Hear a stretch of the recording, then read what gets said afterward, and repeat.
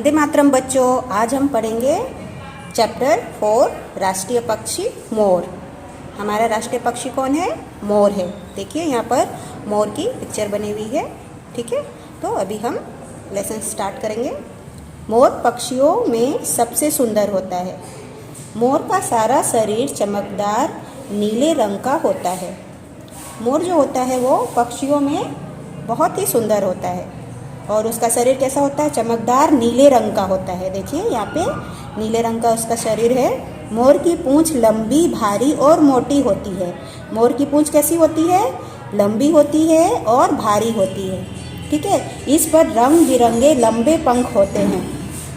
यहाँ पे देखिए इसमें रंग बिरंगे लंबे पंख होते हैं। इसकी गर्दन नीली और लंबी होती है। मोर की जो गर्दन होती है कैसी होती है? नीली और लंबी होती है। इसके सिर पर कलगी बहुत अच्छी लगती है। ये देखिए इसके सिर पर कलगी है, इसको कलगी बोलते हैं। वो बहुत ही अच्छी लगती है। ठीक है, मोर की आवाज़ मधुर होती है। वर्षा ऋतु में मोर ट्याव ट्याव करके वर्षा को बुलाता है। मोर की आवाज़ कैसी होती है? बहुत ही मीठी होती है। और जब बारिश होती है तो मोर कैसी आवाज़ करता है? ट्याव ट्याव करके वर्षा को बुलाता है। जब आकाश में बादल घिर आते हैं तो मोर बहुत प्रसन्न होता है और मोर खुशी के कारण पंख फैलाकर नाचने लगता है। जब आकाश में बादल घिर आते हैं तो मोर बहुत ही खुश हो जाता है और खुश होकर वो क्या करता है? अपने पंख फैलाकर नाचने लगता है। उसका यह नृत्य बड़ा मनमोहक होता है। बच्चे ही नहीं बड़े भी पूरे पंख फैलाए मोर को नाचते देखकर प्रसन्न होते हैं। तो जब मोर नाचता है तो बच्चे ही नहीं बड़े भी बहुत ही प्रसन्न हो जाते हैं। मोर को देखकर, उसको नाचते हुए देखकर बड़े भी बहुत ही प्रसन्न हो जाते हैं। मोर की चाल बहुत अच्छी लगती है। वह अपने पंजों के बल बहुत दूर और तेजी से भाग सकता है। मोर जब चलता है तो वो बहुत ही सुंदर दिखता है और वो कैसे चलता है? अपने पंजों के बल बहुत ही दूर और तेजी से भाग सकता है। पंखों के कारण उसका शरीर बहुत भारी होता है। उसके जो पंख होते हैं ना वो बहुत ही भारी होते हैं, तो इस कारण से वो उसका शरीर बहुत ही भारी हो जाता है। इसलिए वह एक साथ बहुत दूर तक नहीं उड़ पाता।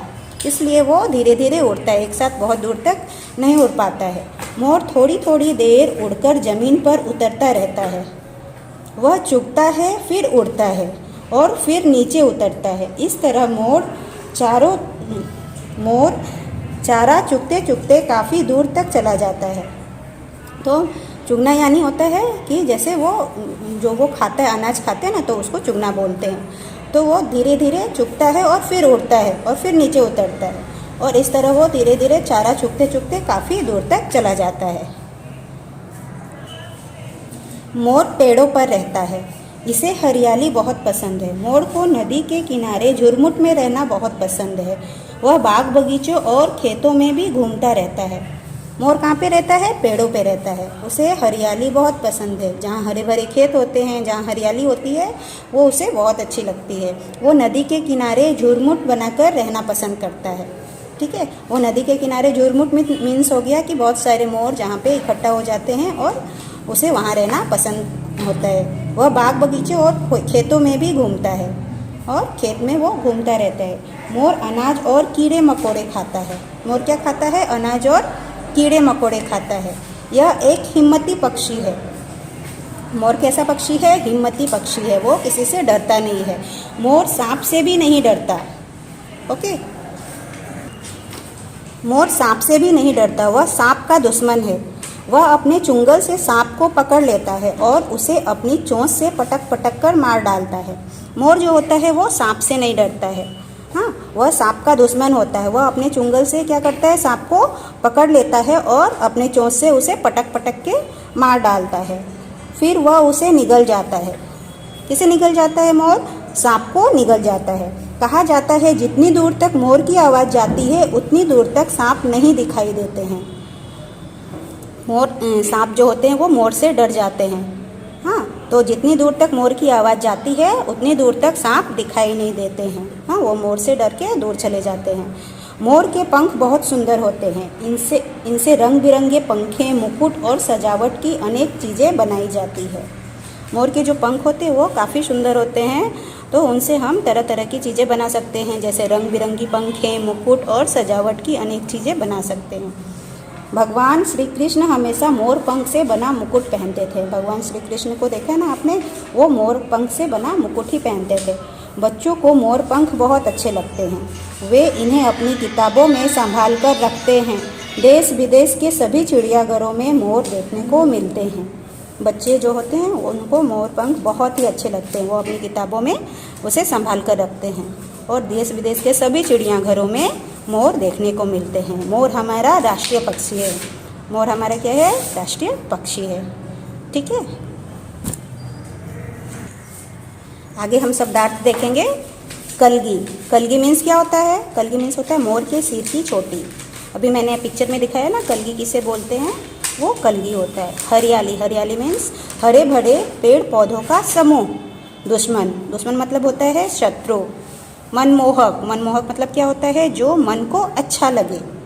हिम्मती। हिम्मती मीन्स होता है हिम्मत वाला या साहसी। राष्ट्रीय। राष्ट्रीय मीन्स देश का। ठीक है, अभी कुछ मौखिक प्रश्न है। फर्स्ट नंबर है मोर का रंग कैसा होता है? तो बताइए आप लोग, मोर का रंग कैसा होता है? अभी हमने पढ़ा ना चैप्टर में, मोर का रंग नीला होता है। ओके। सेकंड क्वेश्चन है आकाश में बादल गिरने पर मोर क्या करता है? आकाश में बादल गिरने पर मोर अपने पंख फैलाकर नाचने लगता है। मोर कहाँ रहता है? मोर पेड़ों पर रहता है। फोर्थ में है मोर क्या खाता है? मोर अनाज और कीड़े मकोड़े खाता है। ठीक है, आगे है उचित उत्तर पर सही का निशान लगाओ।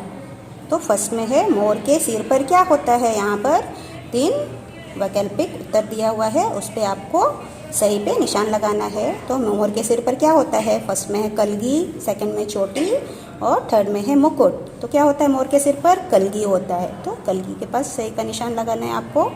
मोर किसका दुश्मन है? उल्लू का, सांप का या चिड़ियों का? तो यहाँ पे सांप का। सांप पे लगाना है आपको सही के निशान। थर्ड नंबर पे है मोर पंख से बना मुकुट कौन पहनता था? शिवाजी, विष्णु या श्री कृष्ण? तो श्री कृष्ण पे आपको सही के निशान लगाने हैं।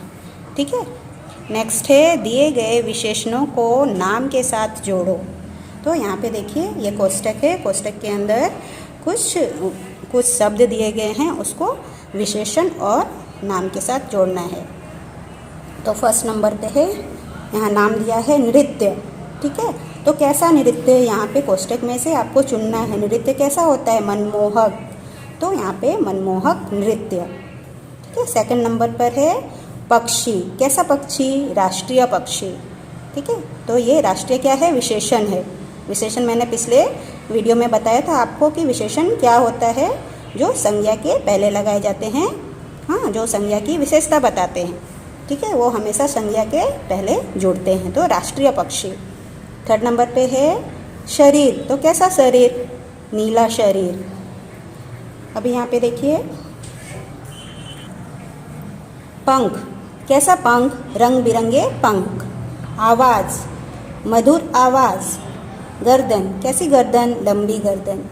ठीक है, तो ये संज्ञा है जिसके साथ हमने विशेषण लगाया। ठीक है, वो संज्ञा की विशेषता बता रहे हैं। ठीक है, आगे है उल्टे अर्थ वाले शब्दों में कुछ गड़बड़ हो गई है, उन्हें उचित स्थान पर लिखो।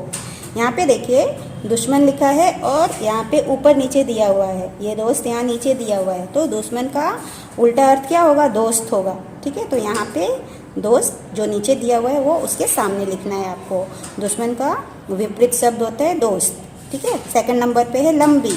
अभी उसका उल्टे अर्थ क्या होंगे? लंबी की छोटी। ठीक है, तो यहाँ पे छोटी लिखेंगे। मोटी। मोटी के उल्टे अर्थ पतली। ऊपर नीचे, पसंद नापसंद, अच्छी बुरी। तो ऐसे आपको लाइन से लिख देने हैं, उसके सामने जो ऊपर नीचे दिए गए इधर उसको सामने सामने लिख देना है आपको। ठीक है, आगे है समान अर्थ वाले शब्द लिखो।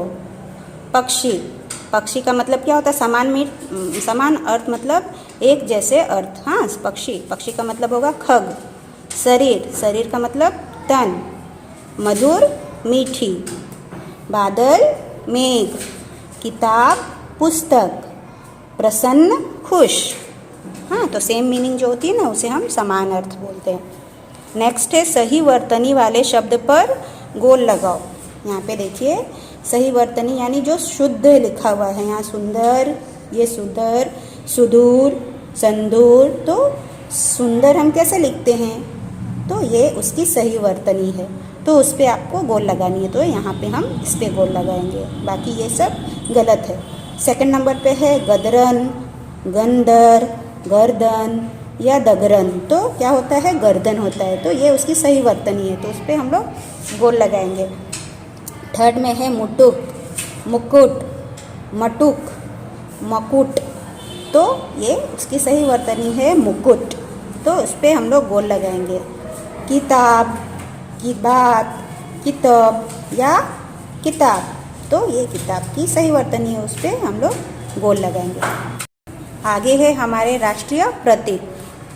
यहाँ सही नाम लिखो। यहाँ देखिए 3 चित्र बनाए हैं, जो सही है उसका नाम फिर यहाँ पे लिखना है। तो सबसे पहले क्या है, हमारा राष्ट्रीय ध्वज। तो यहाँ पे देखिए हमारा राष्ट्रीय ध्वज कौन सा है, 2 रंगा झंडा, तिरंगा झंडा या चौरंगा झंडा। तो तीनों में से जो सही है उसके नाम यहाँ पे लिखने हैं आपको।